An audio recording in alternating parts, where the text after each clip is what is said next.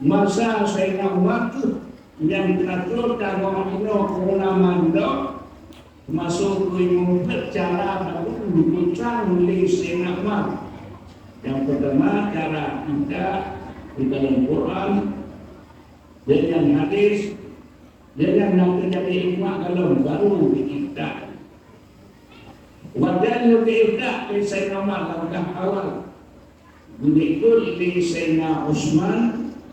di Sayyidina Ali dan ulama lain mundur ilai Sayyidina Umar dua ulama alim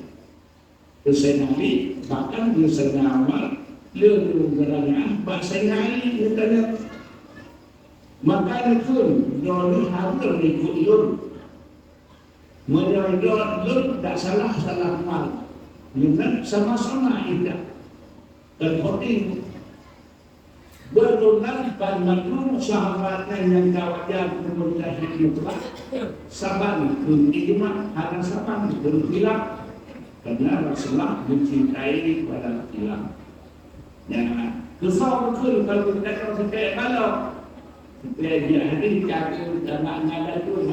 bersama betul ya sama-sama yang kasar itu orangnya dia menjadi pula hari berikut menjadi pula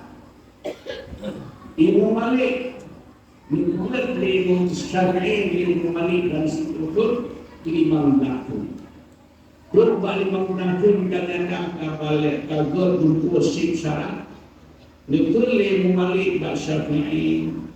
لدى الشافعي دون الشافعي هذا يقولون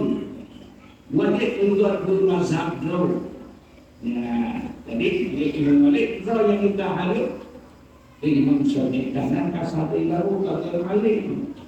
tentu dan lain jadi dia juga Imam Malik juga mazhab dulu yang dia sama-sama mentahid mutlak ambil ikut Syafi'i banjir mencoba satu bulan kurang kajian karena kajian itu mutlak di alif karena benar tahu kalau begitu orang itu awalnya menawa awalnya Syafi'i akan bertanya akan toh mereka makna hadis dan kurang kata dari baku misalnya yang di Malik di hari lebih baik seperti ikutnya karena hadir ke mujtahid mutlak. Menantu Sayyidina Umar Nukun tak berarti Sayyidina Ali sehingga sahabat yang hukum dia kemana tak Sayyidina Ali masuk dari Sayyidina Umar ketika anak dan tak Sayyidina Ali. Ya.